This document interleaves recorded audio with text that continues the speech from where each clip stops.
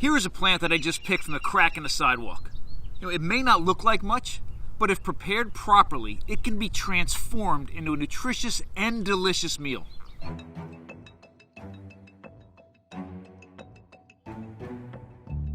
I'm Dr. Bill Schindler. I'm a food archaeologist, chef, and director of the Eastern Shore Food Lab at Washington College. Now, most of us go to the grocery store to find our vegetables. But what we may not realize is that the nutritional profile of wild plants, or to most of us, weeds, far exceeds that of domesticated plants. I'm going to spend the next several hours walking around my town, my neighborhood, and even my yard to show you where you can find some of these plants and how to harvest them. Then I'm going to take them back to my kitchen and show you how to transform them into some nourishing and delicious meals. Let's get to it. Before we begin, a few words on safety. Now, the first thing that we need to realize is that all plants contain toxins. But when we're foraging, the responsibility falls on us to properly identify and understand the plants that we're harvesting. The other thing that we need to keep in mind is what's happened to the land on which we're foraging. Have people sprayed insecticides or fungicides or herbicides? And if so, how does that impact the quality and the safety of the food we're trying to harvest and include in our diets?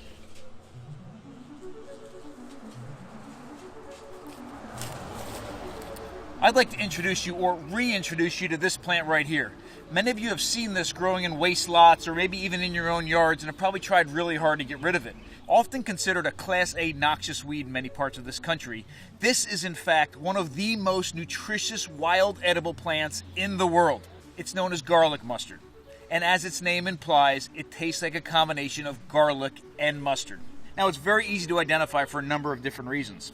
It starts its life off with these young leaves that look almost like an arrowhead that are somewhat toothed. Later on, these leaves turn into a more heart-shaped leaf that are scalloped on the edge. It has distinctive seed pods, white flowers with 4 petals, but the most distinguishing characteristic is that when any part of this plant is crushed, it gives off an odor that is a combination of garlic and mustard.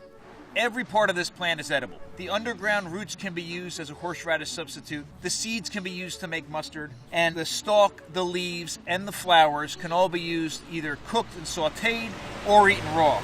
And really, the best thing to do with this plant, to make the most of its garlicky mustard flavor, is to use it in pesto. When harvesting the leaves from this plant, we want to ensure that we get the most tender leaves possible. And we do this by focusing on the new growth young leaves at the top of the stalk.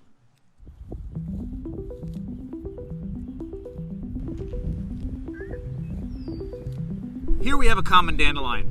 These plants grow in just about everybody's yards, and people work really hard to get rid of them. But this is just another example of an incredibly nutritious and delicious wild edible plant. Now, the name dandelion comes from the French Dandelion, which means the lion's teeth.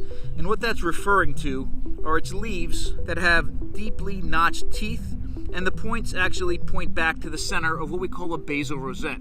See, a dandelion is just like many other spring plants that when they first appear in the early part of the year, they send out a whole bunch of leaves in a circular pattern to attract as much sunlight as possible at a time of the year when there isn't that much direct sunlight.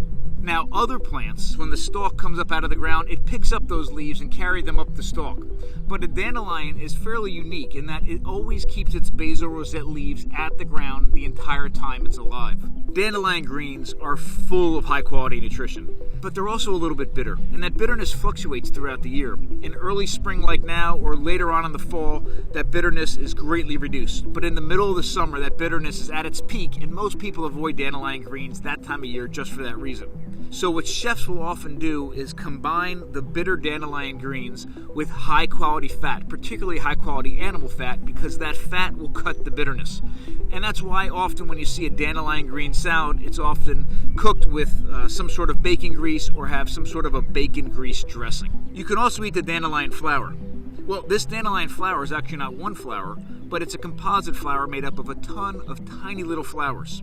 It's sweet, slightly crunchy, and you can use it to make wine. You can use it as a garnish for salads, or you could also take this, dip it in some batter, and fry it up for a fantastic fritter.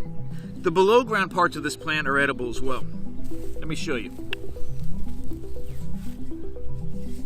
And there's 2 parts I want us to pay attention to. First are the roots. Now, the roots by themselves are a little bit too tough to eat raw, but when cooked, boiled or steamed, they actually are an excellent cooked vegetable. On top of that, if roasted, They take on a flavor that's just like your roasted coffee beans and make an excellent caffeine-free coffee substitute. In fact, during World War II, when there were food shortages, people in Eastern North America used to take dandelion roots, roast them to taste like coffee, and pair them with Yaupon holly leaves, Ilex vomitorius, and by putting those two things together, people could make a coffee substitute that actually not only tasted like coffee, but packed the caffeine punch that coffee does. The other part of the dandelion, in fact, my favorite part of the dandelion, is this part right here between the base of these leaves and the top of the root. This is called the crown. And this is my favorite part because especially in larger dandelions, it is the most delicious and crunchiest part of a dandelion, and they work really, really well raw in salads.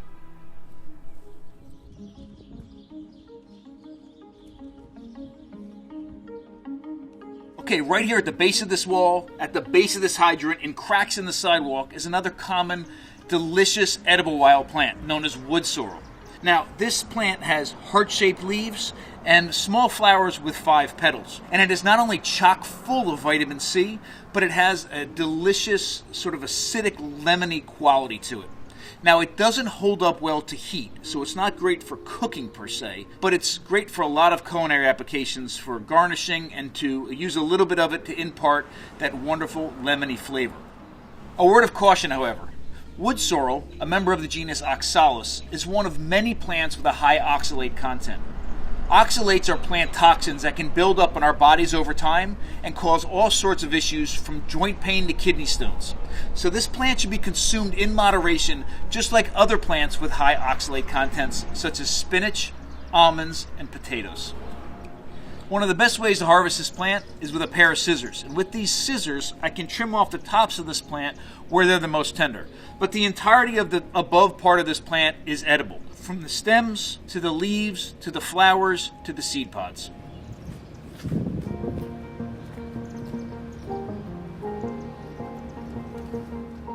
This is one of my favorite edible plants ever, chickweed. And it grows everywhere. Now, its genus Stellaria refers to its star-shaped flowers, and those flowers are super cool. They look like they have 10 petals, but in fact they're 5 petals with really deep clefts. The leaves are teardrop-shaped and they grow opposite on the stem from one another. And when it grows with just the right amount of moisture and shade, it can grow large, succulent stems with just the right amount of crispy bite to it. The entirety of the above-ground portion of this plant is edible. That means the stems, the leaves, and the flowers. But when I harvest it, I really only want to harvest the tips because they're the most tender. We can use it raw in salads, and we can even saute it just like spinach. This plant is not only nutritious, but I find it incredibly delicious. In fact, when I close my eyes and eat this, I think it tastes a lot like raw corn. Here we are on the side of this footpath at the base of this tree, and I'd like to introduce you to this plant known as field garlic. Now, field garlic is an incredible first-time foraging plant for a number of different reasons. First, it's ubiquitous. It grows all over the place, and probably everybody watching this has some of this growing in their yard. Second, it's very easy to identify, and one of its identifying characteristics comes from the fact that it contains a compound known as allicin, which produces a garlicky onion smell when the stems or any part of this plant are crushed or broken. Now, this part above the ground, these stems can be used just like chives, but the part that I'm really after exists under the ground. Let me show you what they look like. One of the things I'd like you to notice is at the base of this plant are small cloves of garlic that are growing and separating from the main part of the plant. And this is one of the ways that it propagates. And that's why this grows incredibly well in disturbed soils. So actually by disturbing the soil, I'm helping to spread new plants and also aerate the soil, which is good for it as well. This is the part that I'm after. This garlic at the base can be used just like regular garlic in culinary applications, and it has a ton of flavor, but not the punch that a lot of garlic actually has. Here we are actually in my own backyard, right next to my garden beds, and I want to show you this plant that is a common wild edible plant that we're going to eat that's actually not in my garden bed, but actually on the side of it. That is the common violet. The common violet is not only delicious and nutritious, but when it's in flower is absolutely beautiful. The flowers, the corollas, can occur in all sorts of different colors from purple to white. The leaves themselves are heart-shaped with toothed margins and have no hair on them whatsoever. The leaves have been used for everything from reducing blood pressure to aiding in digestion, relieving coughs, as a blood purifier, reducing fever, treating skin problems, treating cancer, and even to treat hemorrhoids. In fact, the leaves contain salicylic acid, which is the principal metabolite in aspirin. And not only that, but these leaves are high in mucilage, and that's a soluble fiber. And so by consuming these leaves, the soluble fiber not only soothes, but acts as a prebiotic that helps support healthy population of probiotics in your gut. The leaves can be cooked and sautéed, or they can be eaten raw in things like salads. And the flowers, well, they can be used as a garnish that add a splash of color and a nice crunch and sweetness to anything you put it on. In just a few short hours, by walking through my neighborhood, my town, and even my own backyard, I was able to collect all of this fresh food. Now I'm going to show you how to process it and transform it into incredibly nutritious and delicious dishes. For the first dish, we're going to highlight the flavor of the garlic mustard. We're going to combine that with the wild field garlic that we collected and make an incredible pesto. And we're going to use that pesto to combine it with homemade mozzarella cheese, olive oil, and salt to top a long fermented sourdough crust. For the second dish, we are going to use fat to cut the bitterness of the dandelion greens. Traditionally, that's done with bacon grease or even bacon, but we're going to use a different fat. We're going to take marrow bones, beef marrow bones, roast them in the oven to liquefy the incredibly satiating and nourishing bone marrow on the inside. And then we're going to take and make a very quick vinaigrette, dress the dandelion greens, arrange them around the roasted marrow bones, and serve that with a long fermented sourdough bread. Finally, for the rest of the greens, we're going to sauté them. Sautéing is a great way to take almost any wild green and turn it into something that you can use in almost any dish. For us, we're going to combine that with homemade ricotta cheese, made from the whey left over from making the mozzarella. We're going to put that inside of fresh pasta dough and top it with an egg yolk. We're adding an egg yolk for 3 reasons. First, because it adds a ton of nutrition. Second, because it also adds a little bit more fat to help cut any residual bitterness that's left in the greens. And finally, we're adding the egg yolk to this ravioli because it transforms a basic ravioli into something decadent. Foraging can provide access to all sorts of unique flavors and textures that you just can't get at the grocery store. And foraging can connect you with the world around you in some unique and powerful ways.